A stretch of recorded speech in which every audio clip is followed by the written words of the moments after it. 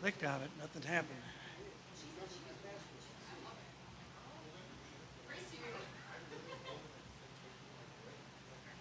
Oh, boy.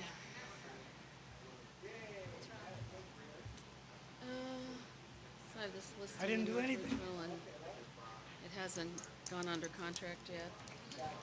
Went on the market a week ago Tuesday. Someone said they were pretty sure they were gonna write Looks it like off. it might but be now getting they in. just- 50. I hope that's a good sign, because they said they're showing too.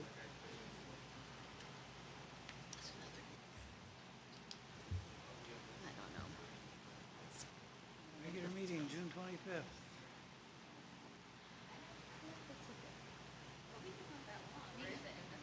Yay. And it's 6 o'clock and I'm in. Not really. How come I can't- Okay, everybody ready over here? Okay. Good evening, it is June 25th, 2025, and we are calling the regular meeting of the Cog Heights Board of Education to order. The treasurer, please call the roll. Mr. Dobbins. Here. Mrs. Etter. Here. Ms. Prouse. Here. Mr. Suchaki. Here. It's hard to hear with the air conditioning right in my ear. Sorry. For present, we have one member who is not here, and Jen has indicated that she would not be here today. She's on an airplane. On behalf of the board, I would like to welcome all students, staff, parents, and interested community members to tonight's Board of Education meeting. Board values and encourages public comment on education issues. Anyone having an interest in the actions of the board may participate during the public comments portion of the meeting. Copy of the board's meeting agenda is on the back table, and we do ask that we silence cell phones during the meeting. This night, please rise for the pledge.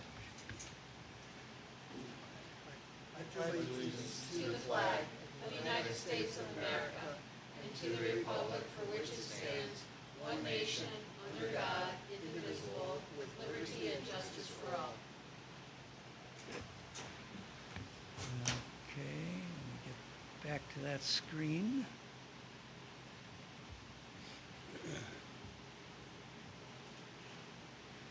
Okay, may I have a motion to approve tonight's agenda, please? So moved. Second? Was that Maria? Yeah. Okay, and Mr. Dobbins, any discussion? Yes, if we could please remove from tonight's agenda item 5C, the appropriations. That was structured for the 50% cap. Now the cap's moved to 40%, so we're going to remove it with the thought that we would approve it at a future special meeting. Okay, Okay. that makes sense. Yep. Anything else? Hearing none, treasurer, please call the roll for the modified agenda. Mrs. Etter. Aye. Mr. Dobbins. Aye. Ms. Prouse. Aye. Mr. Suchaki. Aye, motion passes 4-0. Next section would be comments from the public. I don't see anyone here, so moving on to treasurer's business. Thank you, Mr. President. I ask for items 4A, 5A, B. We've taken off C, D, E, and F for approval tonight in the consent agenda. Okay? Okay. It's really hard to hear with this in my ear. Do you want to move to here? I think I'm gonna have to move, because I can't, I'm sorry, but I really can't hear the other end of the room. That's all right, doesn't matter, we let people make a difference. Okay, that'll work. Yeah, good idea.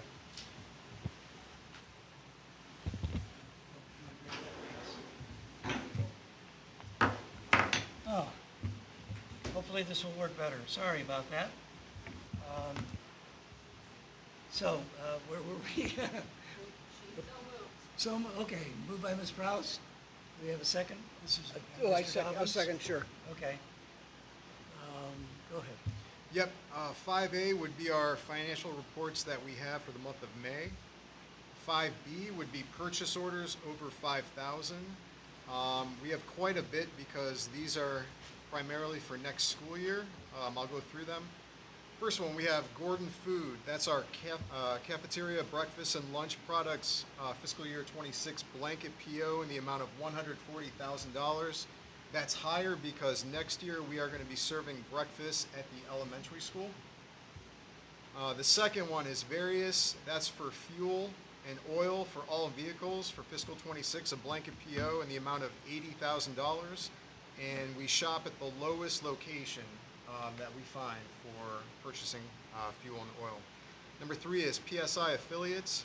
That's one-to-one nursing services, school health assistant, medical assistant for fiscal '26, a blanket PO in the amount of $59,040. The next one is new dairy. That's for milk for breakfast and lunch for fiscal '26, a blanket PO in the amount of $19,500. Number 5, we have curriculum associates. That's for our iReady software. That's $14,644. Number 6 is Pisanic Partners. That's to develop our cafeteria menus for fiscal '26, blanket PO in the amount of $10,719. HDC, that's going to be automation services. The Board of Education approved a 3-year agreement last June 19th. That's for $10,500. Number 8, Incident IQ. That's going to be for technology, facility, and event software. That's $8,940.09. Number 9, Tiffin Paper Company. That's going to be for lunch trays, bowls, napkins, plastic utensils, cups, and other various items for fiscal '26. That's a blanket PO for $7,500. Number 10, we have Discovery Education. That's for Reading Plus renewal. That's $7,482.14. Number 11 is Edlio. That's for the website annual cost. Last year of that's $7,110. Number 12, Precision Environmental. That's to remove asbestos containing tiles in the elementary school as they're working on construction for widening the cafeteria. That is $6,890. Number 13 is Varsity Brands Holding. That's for new cheerleading uniforms, $6,675.60. We have number 14, Waste Management of Ohio. That's for our trash pickup for fiscal '26. That's a blanket PO in the amount of $6,657.24. Number 15 is CPDBS. That's for Pay Schools lunch and fee processing system renewal, $6,625. Number 16 is Rydell All-American Sports. That's new high school, middle school football helmets, $6,093.20. Number 17 is N2Y. That's for special education software, $5,598.87. Number 18 is Valley Bloom Therapy Group. That's for specialized ESY, extended school year program for summer 2025 based on IEP team decisions. Blanket PO in the amount of $5,200. Next one, 19, is Securitas Technology Corporation. That's for alarm monitoring service for fiscal '26. Blanket PO in the amount of $5,160.48. And number 20, Newzella. That's for software, $5,032.54. Any questions? Nope. I have just one. Yep. Related to item 3. Yep. It says one-to-one nursing services. Is that a nurse's aide for one student? Yes.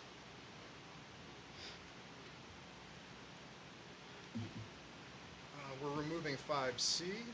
5D is going to be temporary appropriations for fiscal year '26. And if we open our attachment, they're similar to where we're at now with our funds. Do want to point out our general fund at $21,003,228 does match our 5-year forecast amount for fiscal '26. That $21,003,228, which is our largest fund that we have. We'll close out of here. Permanent appropriations, just to note, so this is temporary at this point in time. Permanent would be done around September. So we'll have time in August, September to go through it and refine the permanent appropriations as we bring them forward to start the school year. We have to update the temporary if we delete again about the cash carryover. Yeah, we can do that with our permanent too. Oh, okay. Or actually, yep. You can think about it Yeah, we can redo it. Yep. 5E. This is to approve advances. So we have 3 advances from the general fund to grant funds. The first is $5,000 from the general fund to Title IV in the amount of $5,000. The second one is from the general fund to Title II in the amount of $5,500. And our third one is from the general fund to the IDEA fund, $20,000. Now these are temporary, so what we do is advance out now, then advance back in sometime around July or August. So it's just to take those grant funds from a negative, and then we show it as a positive as we close the financials in the fiscal year, and then we just move the money back. Can you explain what the IDEA fund is, please? Yeah, it's our special education fund. We have 2 teachers that are funded with salaries from that entitlement grant in special education. We have one at the elementary school, and there's more in Bergen. High school, one at the high school as well. So, yeah, we get approximately $175,000 in IDEA funds year to year that we use for salaries and benefits. So, Those are grants that you get, and then you move them over into those funds to pay those teachers. correct. Yep, portion of their salary. Yep. And then 5F is going to be transfers. At this time, we just have 2 transfers, which match our 5-year forecast. A total of $150,000. It's split up $100,000 from the general fund to our athletic fund, and then $50,000 from our general fund to our food service 006 fund that we have. So, but that matches our 5-year forecast and our plan that we have in place for that. And those are the items I ask for approval for tonight. Okay, so any other questions or discussion? Hearing none, treasurer, please call the roll. Ms. Prouse? Aye. Mr. Dobbins? Aye. Mrs. Etter? Aye. Mr. Souchaki? Aye, motion passes 4-0. Moving on to section 7, treasurer discussion and comments. Yep, just wanted to talk about the updates that we received today on the biennial budget. It was made available from the conference committee. So if we look at our first item, which is HB 335, and if we remember, that dealt with inside millage. So if we look at that attachment I have there for 7A in the administrative content, it gives a rundown saying that that has been removed from the conference committee that they have, which is good, because Yes. that would have been, So removed catastrophe. temporarily, removed in limbo for a little bit, or removed permanently? as of today, it's removed from that compromise bill that they have, and now both chambers would look to vote on that compromise bill, the House and the Senate. So there shouldn't be any thought to add it back in. But they could pass it in a different bill if they Right. Yeah, because right now it's in the 2-year budget, so if they take it out of that, It's been taken out. right, they've taken it out of that, so it's not going to go through this week. Right. Whether Correct. they bring it back soon or wait until the next 2-year budget, nobody knows. Yeah, Or no- whether it's gone completely. Right. Nobody knows at this time, but it's possible. Yeah, But okay. it's good that it's been removed. Yes, at this point that's a in good step. So that deals with HB 335. HB 355 was the increase the approval threshold for passage of a voted tax from 50% plus 1 to 60%. And if we look at that attachment as well, that has been removed from the 2-year biennial budget as well, which is a good thing. The last one is a big item, HB 96. So the board had most recently passed a resolution which we had sent over to 17 members of the office of Governor Mike DeWine, as well as the Senate and the House. I do want to touch base on this. So first off, if everybody looks at this attachment here making its way down,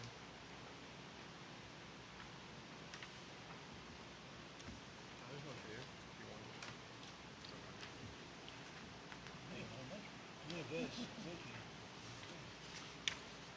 And what I have highlighted here is this deals with the cash carryover cap. So at first it was 30% as passed by the House. Then it switched to 50% as passed by the Senate. Now, as reported out by the conference committee highlighted there, it's been reduced to 40%. So no longer 50%, but now 40%. So all schools are affected by this now. In addition to that provision that made its way out, here's another item. Sorry.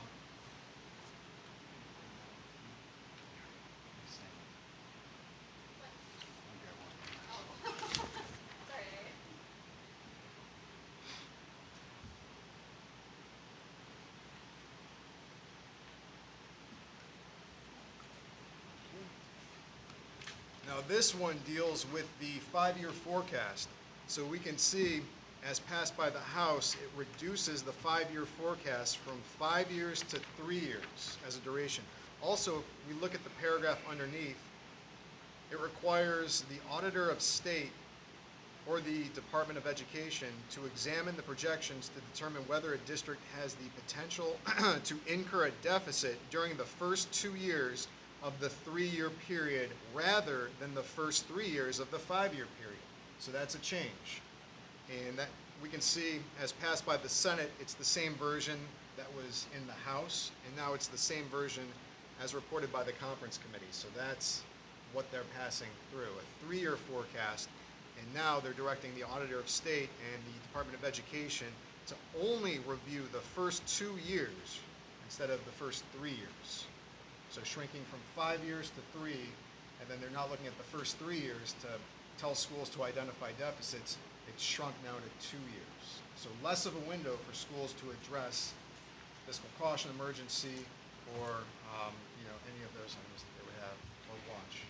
So, Mr. Muccio, my understanding or recall is that there's some type of provision in state law or county rules that require us to certify that we would have funds available that are unencumbered by, that we'd have funds available to cover any future agreements. Yep, Mr. Suchaki, you have the minutes right there, but there's also another document for your signature. If we look at that other document, that's actually, Mr. Dobbins, what you're describing. That's the 412 certificate right there.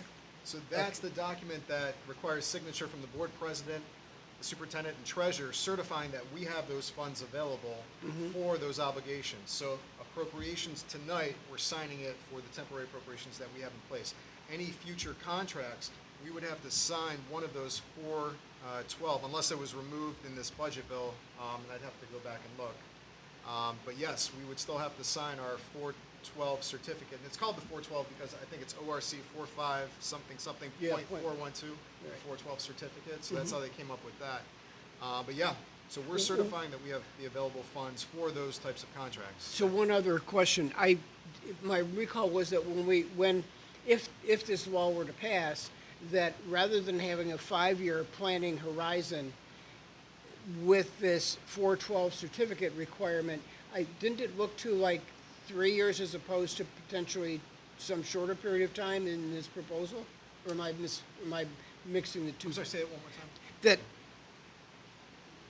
That the proposed standard for the 412 certificate is proposing to be 2 years, and I thought that under current law, it was some longer period or some longer horizon, maybe 3 years or something to that effect. Yeah, there's a provision in the 412 that allows it to go further down the line. So it just more complicates the 412 for us to sign it by shrinking the forecast from 5 years to 3 years.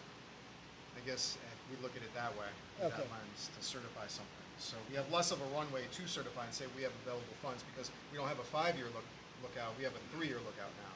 So we would have to generate our contracts to shrink to fit within that 3 years for collective bargaining agreement. So that's going to be something new that we're all going to have to tackle, every school district.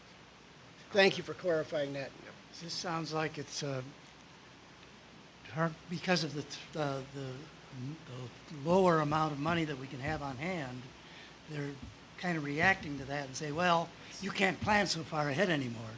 Yes. So you only need to plan 3 years now because, of course, you can't plan 5 because you won't have enough money to do it to get that far. I mean, that's basically what it's doing, right? Correct. Okay. And then the last item I wanted, Can I say of something? course, I don't absolutely. see anything in here about us being able to transfer some of our cash into a permanent improvement fund that protects it from this, but are you reading it still that same?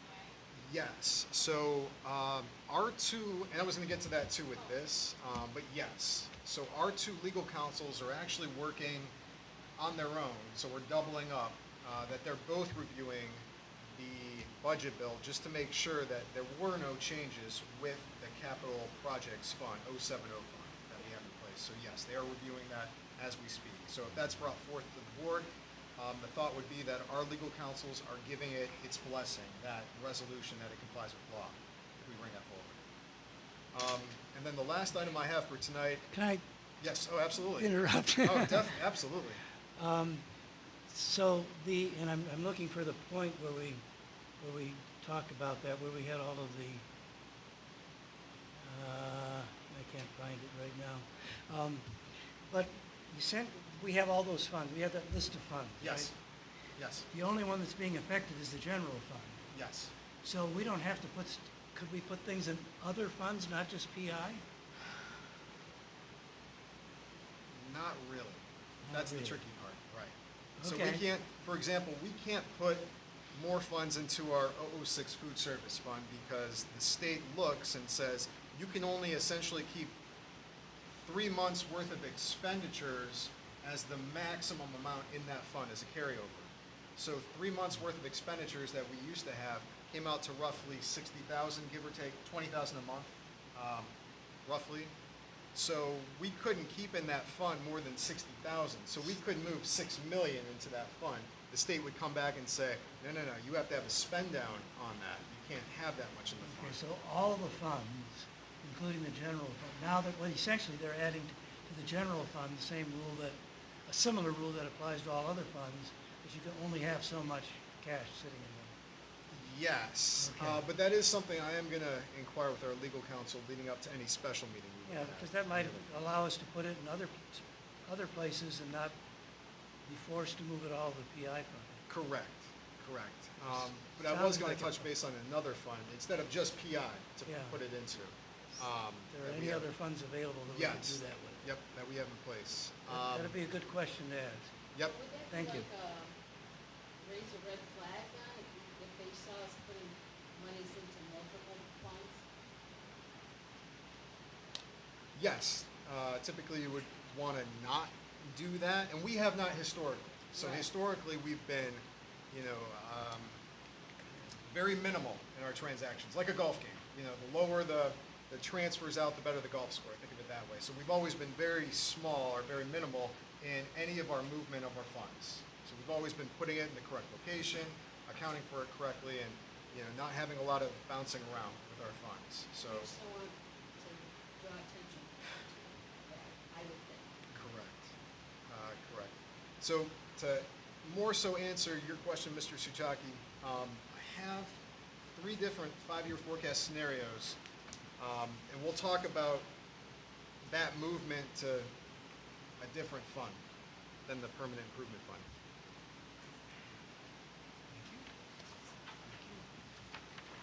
So we have 3 different 5-year forecast versions. So for this first one of the 3, if everybody's able to write on the top right-hand corner, number 1, May forecast. So if everybody writes May forecast, as in May 2025, this is what our 5-year forecast looks like for the May forecast. So it's a positive all throughout the 5 years, goes from approximately 15.8 million, bottom line here, to 2.7 million. So this is what we had board approved back in May for our 5-year forecast. And we can see those different colored cells and how those amounts are divided into each other to bring up the 97.6 cash carryover for fiscal year 24 by taking the blue, dividing by the orange. So that's on the right-hand side. And then if we extend that same formula to column 2025's fiscal year, we're dividing the red 15.9 million within the purple 12.3, which gives us an ending cash number, carryover number of 78.2. So that's our May forecast. Now the second scenario that we have in the top right-hand corner, if everybody writes number 2, because this is our second one, where we are today. So this is the present version of the 5-year forecast. As of today, or? Okay. Yep, as of 6/25/25. Okay. So we're actually doing really good. So our revenues are higher than we anticipated, so they're at 19.2 instead of 18.9. So they went up a couple $100,000. That's because I'm pretty much going to hit my mark for generating over $1 million worth of investment income in our general fund. And if we look at our expenditures, our number in purple on that second forecast is 19,082,000, below our 20.3. So we've been very, mindful of our budget, trying to cut where we can and reduce, where available, but without to the detriment of our programs. So we've chopped our budget, essentially tightened our belts, which ended up with a surplus of 154,000 on line 6.010. Now look at the bottom right-hand corner, where fiscal year 29 would be if we didn't have a cash carryover cap. We'd be looking at over $4 million potentially, and going into 2030 in a good spot. And that was just within our natural course of doing everything over the past however many years we've been doing that. Our cash carryover would be 91.6%, so the red divided by the purple, same formula. And we can see what that cash carryover would be for fiscal 26, 27, 28, 29. And we would be at 18.6% in fiscal 29. So below what the state's saying as far as the threshold. And that was something that Mr. Young had brought up too, is, if you guys are looking at a cap, look at the 5th year of the 5-year forecast, to be under a certain percentage, not the first year of a 5-year forecast. So today, without a cash cap, in law, we are looking really good as a school district, very good. Let's flip over to the third one. This is our scenario with the 40% cap. So if we write number 3 in the top right-hand corner with 40% cap, so I'm reverting, I'm plugging in what would look like a figure in that yellow box to get us to have a threshold, if we're dividing the red within the purple, under 40%, so that's 39.7. What that means is we're looking at approximately 7.1 to transfer out from our general fund to get us in line with the cash carryover cap that the legislature is looking to approve. Look at what it does to our 5th year and the 5-year forecast, as opposed to us managing it ourselves, where we were able to, guide our destiny, I guess you can call it. I mean, we were on a great track, and the state coming in, by forcing us to take it out of the general fund, we're now looking at a negative $2.8 million. Now that's just, kind of worst case forecast, it's more conservative. But that would raise the prospect of us placing another levy potentially in calendar year 2027. Because we would have 2 goes at it, first half of the year and second half of the year. And then if not, we're looking at calendar year 28 to make sure we have that in time before the deficit affects us in 2029. So this cash carryover cap that, we've been emailing the Senate and the House and even the governor's office. We met with Senators Serino, Matt Young, and myself. We drove down to Columbus to testify. The Board of Education approved a resolution opposing this cash carryover, and we've been, emailing them multiple times, telling them that this is going to affect us in a negative light. And this is what it looks like between where we could have been and with this cash carryover cap that all schools now will be dealing with. So it's doing what we said it would do. It's creating the need for levies on a short-term basis or sooner than they would have been. So everything we were telling them looks to be coming true. And we've been advising them not to do this. We've been pleading with them not to do it, and we've been passing resolutions, and we've been going in person to tell them not to do this. So this is not only our road ahead if this gets passed by June 30th, but every other public school district in the state of Ohio. Now the 7.1 that we're looking at and the need for a possible special meeting, we would look to not move all of that money to the permanent improvement fund, but what we would do is, let's just say it's 7 million. We would look to put approximately 3.5 million into the permanent improvement fund, so half. And that would be earmarked in the PI fund for roofing, because we know we have severe roofing needs. Mr. Barrett, I'm not sure if you wanted to touch base on what we had received, but we received a multiple year assessment from a vendor, Tremco, that we have worked with, in which it shows that the cost for total roof, replacement, repurposing, whatnot, comes to about $3.4 million in that ballpark. And then the other half, so that would go to PI. The other half would go to an 070 fund that we would create Monday, June 30th at our special meeting. And we would earmark that because we know from GPD doing their assessment that there is a need and a high cost for HVAC replacement for the district. They provided cost for the elementary, middle, and high school of upwards of 20 million years ago. And we know that that's something we will have to save and budget for. So the thought would be to move 3.5 million, the other half, into an 070 fund that we would have in place. Now, the good news is, if it's not used within 10 years, it can be moved back to the fund in which it was originally transferred out of the general fund. Or if the Board of Education deems it necessary to move it at a certain point in time sooner than 10 years from the 070 fund back to the general fund in emergency situations.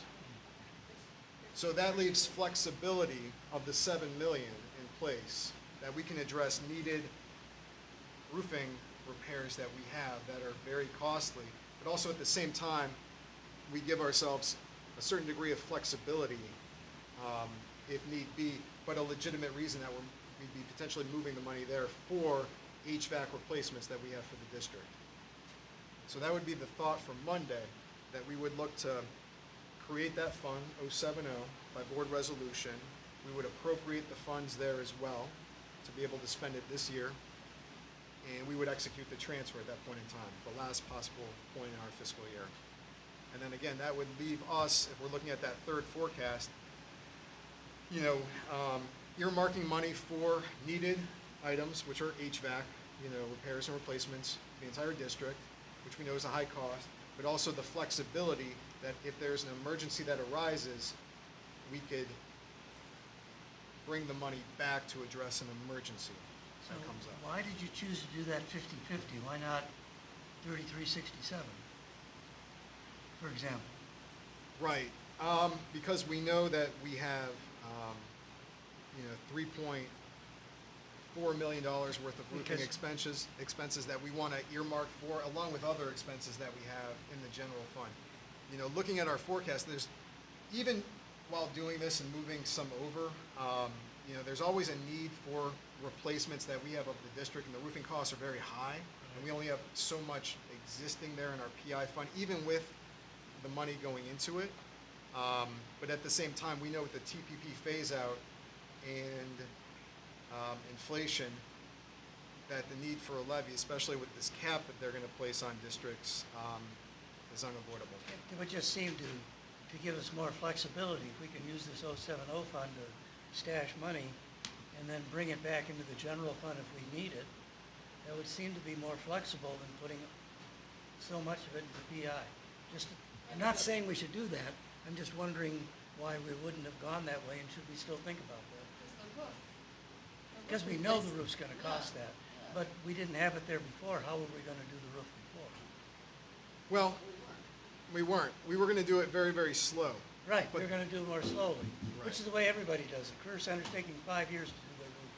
Right. But now we have Yeah, but- this money that we gotta, One of the we things, can't just say what we're gonna do with it, right? You can't just move it over, is that part of it? one of the things to remember is we've put off the roofing projects multiple times, so we're behind schedule. So we really have to do some catching up with that. Because again, if the roofs fail, that's going to lead to a lot more expenses within the buildings too. you So don't want that's been high priority, through the best committee discussions as well as working with GPD. Okay. Yeah, it's very tricky to, try to maneuver everything that we have around.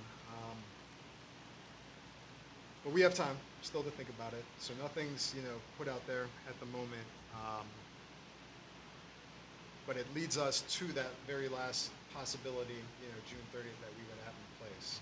Because we have about 2 or so million, I'd have to bring up our capital improvement plan. We only have about $1 million sitting there for that main PI fund that we have. And within that PI fund, we have other needs. We have, Sure. we know that the elementary school fire alarm system, we have earmarked so many funds for that. There's over the, auditorium, there's that HVAC Yeah. system that has to be replaced, the south gym bleachers. We're in there, yeah. So, In the BEST committee, we went through that, right? Yeah. Yep. We came up with a way to keep that permanent improvement fund, making those smaller improvements right, year by year, right, based on priority, hoping that we don't have a big interruption in between that causes us to spend a lot of money. Right. And we were able to stretch it out pretty well. Right. And it made a lot of sense. right. And we are behind schedule with the roofing, so it is a need that, has to be tackled to, Bigger need than we've been, yes. that It we may have be a not bigger been need. addressing as we should have. Right, As we right. said. Right, Well, so, the reality is we had a plan, we were tightening our budget, we were investing strategically to secure more revenue. And the state didn't care about any of that, passed this law with no understanding, frankly, it seems, of how this people actually operate. works, and is taking away our flexibility. And so now we Right. have to make a short-term decision because we need the flexibility to make some of these upgrades, because they're also not gonna give us any money to fix any of the buildings. Right. And So I think, appreciate all of that explanation and everything that you guys have been doing, and this is really unfortunate. Right. Of course, this is all a facade because right, they wanted that money to go back to taxpayers, but it's not. We're gonna keep it and put it somewhere else and Because spend they it already in a voted different to give way. it to us. right. So they aren't achieving their objective. Quite frankly, it doesn't matter whether the money for these projects coming out of the right pocket or the left pocket. The most important thing is that it's not going into the county's pocket. Right, in somebody else's pocket. Period. Same thing I was trying to say, but you did it so much better. Right. It's, again, what we've been saying, since this came out, that this cash carryover cap is going to be, very detrimental to us and every other school district in the state. As they were passing board resolutions as well and testifying and emailing, everybody recognized what this will do and, how this will affect operations going forward. In our general fund. So, even with that flexibility, we know that, there are aspects of the roof that have not been addressed for years. And again, we had a plan, COVID came into place, kind of paused everything, and we're getting back on that plan. Not an excuse, but, we're getting there. And we may have a couple of years to make up for it. And, that whole roofing project, 5 years, 4 years, so if we're already 2 years behind, we're in our third year, next year is the fourth year of it. So, we're kind of, at that point where, we've been crossing our fingers and the duct tape's been holding, but I'm not sure the duct tape can hold anymore. So, the funds go there, and we still have flexibility with the other funds. Right. But we also have to stay under that 40% threshold. If we look here at the column on the third scenario, look at fiscal '26. As it stands right now, our ending cash is 40.5. So that's not under the 40% threshold from the state. So we still have to keep an eyeball on the future, fiscal '26, to go underneath that. So this is what every school is going to be facing, that they have to make sure, if they pass a levy, you can't collect more, than you're going to end with. And, you don't want to raise expenses too high. It's a juggling act that, again, we've been saying, nobody's ever operated under these margins, and Yeah. now they're telling us to. Because it's not based on the forecast, it's based on actual, and we always forecast, you do, a little bit more conservatively, just in case. Right. But now we're gonna even have to maybe change the way that we forecast or think about it differently, because we're trying to hit this arbitrary number. Right. This is a paradigm shift. Right. Yeah. But this is a paradigm shift point in time where, they're changing, the 5-year forecast no longer is going to exist. It's going to be a 3-year forecast. Right. So everything is going to change. So it's, we're going to have to,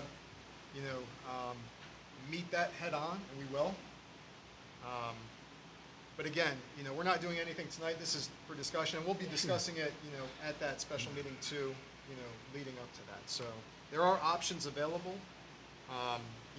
Just looking at where we were at, even if we, let's say, put everything into the 070 fund with our roofing project, we're looking to get into a contract with that vendor through consortium pricing through Ohio Schools Council, potentially in July or August, so they can get, that into place. And then we'd be locking down maybe 1 year of that contract, or, so we're already, linking ourselves Right, to yeah. that point in time. And that's kind of hitching our wagon to essentially the whole point of the project. And, costs rise, so, if they're giving us 3.4 million to cover the span of 4 years or so, that fourth year, they're guesstimating, but prices can go a lot higher in that fourth Yes. year. So that's where it just gets tricky with, the amount of money that we have in the PI fund. And, we were trying to go slow. Sometimes slow is fast, but, as the assessments were the roof were coming back, it was really leading us down the path of, this is something that has to get done. So. Right. Yeah, there is logic to saying we need to speed things up because inflation is going to kill us in the end. A lot of logic and reasonable assumptions to move in that direction. So I don't have any problem with that. We're trying to make lemonade from the lemons that the state gave us. Yes. That's what we're trying to do. Yes. But as far as a special meeting that we were looking at for Monday, June 30th, is there a good time for everybody? We could have that potentially at 1 o'clock, sooner or later, and it wouldn't last too long, because those would be the only items we would be looking to do for it. We do have at least one person who has a daytime job here that Right. not in the district. Right. And I would say two, because I assume, did Jen say she wouldn't be here on Monday? No, she's gonna be out. On Monday, She's out on Monday. Yeah, yeah. She's also out on Monday, so, Remember, she wanted to call in, but you said she couldn't vote, so she might Yeah. call in, but she can't vote. You could have Right. said that. probably the So- earliest I could do is like 4:30. Whatever time's good for Will everybody. we have all the information we need by 4:30? We would release it Friday. That's the goal. So we would release everything Friday. Essentially, We'll know from the state. he doesn't sign it till Monday. it's We possible. might not know until 4:30, Right. So if we want to keep it, I mean, I had 6 because he could line item that whole thing. Yep. I'm not saying you will, he could. Right, but if we do the 070, we can pull that back, and we know that, earmarking the 3.4, for the For the roofing roof, project, we're gonna need anyway. we could that's not insurmountable to overcome, Okay. that amount. The full 7 would, we wouldn't want to, that's Okay. high, but Okay. half of that, that's something that's not. Well, that would be my only hesitation in holding off, is to see what the governor does first. Yep. Because that's why we did it on Monday, right? Yes. So I don't know that we want to make it too early. That's all I'm Yep. saying. Yep, we can do it at 6 o'clock, our usual time, if that works for everybody. It's okay with me. Six. I know for you, it's more of an Don't- inconvenience, so I understand that. Don't worry about me. The only other item we might want to add is our temporary appropriations for next year. If we're going to create the 070 fund, since we don't have it, I may want to update that. So that might be the fourth item, to update that to show an 070 fund that we would have. But that's the thought process of where we're at right now with everything taken. Unless anything significant changes, I think we have a road plan. Right. We're not going to need to spend a lot of time discussing it on Correct. Monday. Was this public notice already put out on Monday? I'm sorry? Was the public notice for Monday's? Not yet. Special meeting was not put out? No, I would send it out within 48 hours, so I would send it out either Thursday, tomorrow, or Friday. Friday. Which gives more than 48 hours if it's Right. Friday. Probably tomorrow, because I don't want to just wait on it, but, because we know what it is, 6 o'clock on Monday, 30th, for those few items that we discussed. And again, Okay. not a long meeting, we come in, Governor DeWine could veto something, so there could still be a change. Right. But I know a lot of other school districts are holding meetings on the 30th. Fairview Park, schools, Strongsville, I believe Brooklyn was talking about it too. So other schools are holding meetings on the 30th. Okay. Just kind of waiting to see with that approach. So we're joining the course. Okay, so let's have a meeting on Monday at 6 o'clock, and we'll go from there. And that's All all I right. have for today. Thank you. Ready to move on? Okay. So where were we? Treasurers. Okay, so we're up to number 8, superintendent's business, and we're going to have to call on our substitute superintendent, Mr. Burek, for that section. Well, Mr. Young gave me a lot of help with this, so. Okay. So under the superintendent's consent agenda, I ask that the following items be considered for approval. Items 8A through 8C, items 9A through 9F, and items 10A through 10C. Okay. Entertain a motion for those items, please. So moved. Moved by Mr. Dobbins. So, Okay, who won? I think so. You won. Ms. Prowse won that one. Okay. Mr. Burek. All right, so 8A is to approve the updated 2025-2026 student fees list. There's no changes to the student fees for this school year. The fee document is in the public content for review.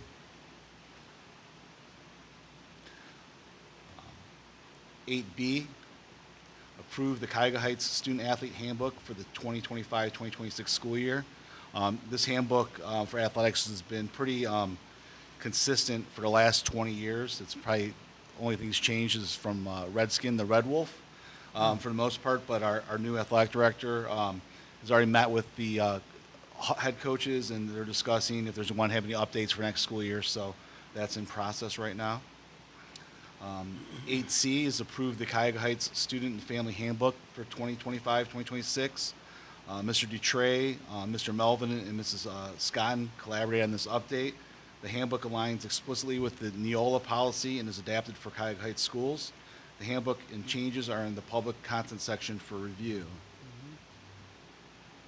And again, it's been really helpful. I think it was 2 years ago, Neola started providing updates, so it aligns everything with all our policies that are adopted, and it's a lot easier building from something that's created rather than build from scratch. So Right. it really helped to get things in order there. All right, we have 9A, approve updated reemployment of classified staff for 2025-2026. There are 3 classified employees were left off the list that was approved in May, so that was just a correction to that. 9B, approve updated supplemental position chat contracts for 2025-2026. So coaches and advisors not approved in May are on this list. We'll continue to approve unfilled positions throughout the year as needed. 9C, approve the curriculum writing supplemental position for 2025-2026. This is a $250 stipend for Dr. Freed to revise the freshman foundations curriculum. This school year, all freshmen will be taking this course in the fall, so we have 3 sections of this, and Dr. Freed's going to support those teachers in this implementation this year, so we're really excited for that. 9D, approve the employment of long-term substitute pre-kindergarten teacher for 2025-2026. Lauren Nischwitz is recommended to substitute for Mrs. Healy for the fall at BA Step 1 until the end of the 25-26 assignment. Her application is an administrative content section for review. 9E, so this is the approve the employment of elementary art teacher for 25-26 school year. He's in attendance tonight. Jashawn Garrow is recommended to replace Ms. Orlando at BA Step 3. His application is in the administrative content section for review. So again, we're fortunate to have him in attendance with our high school, our teacher. We had a pretty thorough process at the elementary school with the specials team and Mr. Melvin, and Sean was their number 1 pick from the beginning almost. They went through the interviews, and they're like, this guy is, way up here to where the next people are. And the other people are great candidates, too. So they were super excited to have a great group of candidates, but he really shined in his interview and what he has to bring to the table. And I know the team there is super excited to have him, and so are we. So I'm glad you could be in attendance tonight, and the board could see you and get their first eyes on this tremendous art teacher that's going to go in and do amazing things at the elementary school moving forward. As soon as we vote, we'll formally welcome you. When it's official. And then 9F, will approve the employment of high school counselor for the 2025-2026 school year. Abby Neidert is recommended to replace Mrs. Thrasher at MA 18, Step 7. She has a comprehensive skill set with experience in higher education and career technical education. She'd actually come to us from a career center. Her application is an administrative content section for review. And again, we really want to thank all the people who supported the interview process. It gets very daunting as you get out of school and you're trying to get people in. before that July 10th date where you want to get your best candidates by. So we're fortunate to have staff who sacrifice their time to come in outside the school day to help facilitate these things as well. All right, we have 10A, approve an agreement with Weatherproofing Technologies, Inc. for infrared scans of the roofs. So we plan to restore 2 sections of the roofing this fall. Prior to the beginning, an infrared scan of the roofs must be completed. The cost is $3,506.89. The agreement is with the public content section for review. And again, this kind of goes in line with those projects we talked about with the roofs previously. These sections are more of like a refinishing of the roofs. So it's going to save upwards of $200,000 to kind of be ahead of the game on this, to kind of get started with these projects early on. So the roof scan helps facilitate if there's any other problem areas. They did a preliminary walks of the roof, and just by feel, things feel great, but this is just to verify that there's no other areas that need to be repaired prior to a large project. 10B, approve an agreement with the State Industrial Products Corp. for 2025-2026. This annual agreement is for septic drain maintenance. The cost increased from $5,707 to $6,054. The agreement is in the public content section for review. And then lastly, we have 10C, approve an agreement with Pest Management, Inc. for the 2026-2028. This is a contract extension for 3 years at a rate of $379 per month. The agreement is in the public content section for review. Okay, And that's all. thank you. You went through that very well. You were well taught.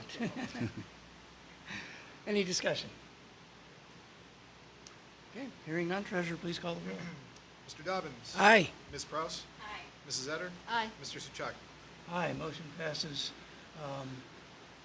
4-0. Sorry, I was looking at something else and not thinking about what I was talking about. So, welcome to our new art teacher. Welcome. Tell us a little bit about yourself, your background and all that. Super excited to be part of the district, coming from a charter school. So I'm looking forward to having a team. I didn't have a team at the old place. Got a building neighbor from Calais, known her for years. Super excited for that. I want to continue to build like the community you guys already have going here, and work with the kids to make fun art projects and get creative. Do you have an art specialty we should know about?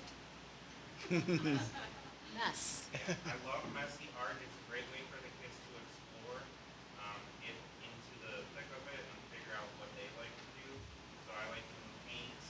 I'm excited to do a play program, so that's cool. I got you. Like, I will give you all those. Charcoal, stuff like that. Really get hands-on. You learn what you like, what you don't like, and it's just super fun to get in there with the kids. So in your bag, because you talk about painting, you do face painting too, right? Yeah. So you were going to paint all their faces tonight too? Wasn't that part of you coming here? I gotta practice my red wolf. Well, about a year ago, I went to see your predecessor and said, you know, my wife used to have a lot of this art stuff that she saved, and she's not with us anymore. I don't know who she was saving it for, but would you like some? And she took about 3 or 4 cartons of stuff, which is very nice. Well, I found a couple more cartons. So come September, I might come knocking at your door with a few more cartons that if you can't use, you can feel free to throw away. But I'd like to at least give it a chance for a second life. Art teachers are the trash collectors of anything. Be real creative. If I see a pencil on the ground, that goes to my room. Paper clips left out, that's mine. I use coffee creamer containers, and kids are always like, why do you have like 30 coffee creamer containers? And I use it for yarn. So like, I'll cut the bottom, I'll put the yarn in, and I spool it through the top, and I'm like, I swear there's rhyme and reason. I'm not just like a hoarder, like, keeping all these coffee. Paper and paper towel rolls. I do have a couple boxes of yarn too, which I was not thinking of, now that you mentioned that. Oh, well, welcome aboard. Yeah, welcome. Happy to have you. Thanks for coming tonight. Yeah, thank you Yes, very thank you much. for coming and letting us meet you and spending a little time getting to know us a little bit too. Just welcome to the CHS family. And feel free to get out of the heat. You don't need to stay for the Yeah. rest of this fun. No, you're okay. It's up to you. I mean, well, although we are pretty darn close to the end at this point. So, moving right along then. Yeah, so Okay. Mr. Young gave me some discussion topics to make sure I brought up today. So first Okay. was give you some updates on some of the ongoing projects. So I-Night's been moving along over here in the building with the fire alarm installation, the running wires. They put the panel downstairs for a new fire panel. So they're moving along quickly. I was on a little short vacation. I left Friday, came back today, and got to see a lot of progress. They moved from floor to another floor, so that's always a good thing. Rulin, they've already completed the south section of the hillside project, so it's already covered back up, and they're putting grass stuff over it pretty soon. So it's Wow. moving along. They're getting ready to start on the north end. They have the big machinery out there sitting ready to go for tomorrow. So they move along pretty quickly. I was waiting to hear how loud it would be, and I guess the reports back was it wasn't loud at all. So it wasn't as a loud of a project as we were expecting earlier on. So technology, I guess, is a pretty amazing thing. So they're able to dampen the sound of those installations now too. Interesting. I was wondering why I haven't heard anything. Yeah. Because I'm You- up here, around noon every day. Yeah, you need to look. And again, they've been really responsive. We've had a couple, there was a machine that kind of slid down the hill and took out a fence, but, they come in, they take pictures, they're responsive to our team here, let us know what they're doing. They plan for repairs, and again, they've been really good to work with as far as communication-wise thus far, so that's a positive. And then a small project was elementary cafeteria. They did get the wall down between the current cafeteria and previous staff lounge, so that was another surprise when I got back this morning, was the wall was down. So we're moving along with that project as well. Mr. Young wanted me to let you know that there was a voucher lawsuit update. It was in Plain Dealer today. You might have saw that, but we're one of over 200 schools who joined the voucher, Hurt Ohio, the school coalition that organized the lawsuit. The Franklin County judge finds EdChoice unconstitutional, but stays the ruling. Ohio's EdChoice scholarship violates the state's constitutional mandate for lawmakers to provide a common school system, and its prohibition on giving control of education funding to religious sects. A Franklin County judge ruled Tuesday at the height of the budget negotiations. However, in recognition of the seismic effects of such decision on broader school funding questions and the certainty of appeals, Judge Jaza Page stayed her ruling. Mr. Muccio had thoroughly talked about HB 335 and HB 96, so I'll jump over that. And I am done. Oh, Thanks for bearing with me. well, that was easy. No, that was my own ad in there. Okay, that was section 12. Moving on to 13, board business resolutions. And we have a couple here. 13A, approve the superintendent's request for Greater Cleveland School Superintendent's Association. And B, approve the superintendent's request for the Akron Area School Superintendent's Association. I have a motion for those two items, please. Second. Moved by Ms. Prouse, second by Mr. Dobbins. Any discussion? I know Mr. Young wanted to say that the membership in these organizations has been extremely beneficial for our advocacy efforts, networking, and comprehensive awareness of issues affecting public schools. So I know that that's been something that has been, again, really beneficial as we have our internal discussions and then they bring information to the board. So he appreciates your guys' consideration of those. Okay, thank you. All right, moving on to section 14. You need to vote. Oh, we do need to vote, don't we? Thank you for reminding me. Ms. Prouse? Aye. Mr. Dobbins? Aye. Mrs. Etter? Aye. Mr. Souchaki? Aye, motion passes 4-0. Did I forget anything else? Glad you keep me in line. 14, board discussion, committee reports and comments. Anyone? I don't have any either, really. The Career Center meeting is tomorrow night, so we'll have some updates after that.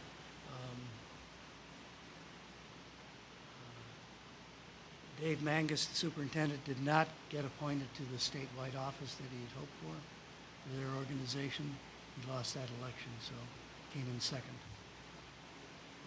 That's about the only update I have. Would that have changed his role at the No, Career Center? no, it would have been In addition. an additional responsibility for him. And a state level, more visibility and so on, which would probably be good in many ways for the Career Center, so. But he came in second, and I don't know how long the term is, but maybe he'll try the next time too. I don't know. He hasn't committed one way or the other. Any possible future agenda items, section 15? We Okay. need to schedule a meeting around the superintendent treasurer's Thank you. evaluations. Or Thank you. either separate or a part of a larger meeting.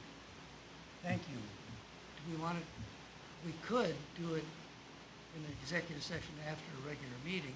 Kind of depends on how long our regular meetings are. And would we want to do both Or we persons? do one at one meeting and one at One another at- One at meeting. the other meeting, we could do something like that also. Yeah. Could we try, July is kind of tough, could we try one at July and then if the agenda's a little too long, we scrap it and And then just schedule a as separate meeting or see if- separate meeting. Yeah, okay. Or Why don't we just- look at the July meeting, see if it fits in there, and if not, we'll schedule a separate meeting. And that's why I bring it up now, because this is June, but Yeah. to try and coordinate this, it could very well go through the summer months. Yes. So, You know, we only for have what the it's one worth. meeting in July as it is, so. Yes, that Right. could be a so- long meeting. And if that yeah. meeting's Right. packed, like 2 meetings in one, we want to add more to it, so. Right. Plus, you that I go. haven't had a chance to talk to the vice president, who was the one who went through and made the final revision, so. Okay. So that's the other reason why I prefer not to commit tonight, so. But thank you for reminding me, because that was on my agenda up there, Okay. which is why I didn't bring it up, because it got lost. 15, future agenda items, whoops, I was steps 15. 16, informational items should be noted. Board of Education members received their agendas several days prior and have had the opportunity to study and so on. Upcoming Board of Education meetings, all here in the Monterey Media Center, July 16th at 6, August 6th at 6, and August 20th at 7, and I will not be attending that meeting because I will be on vacation. So, do we have any other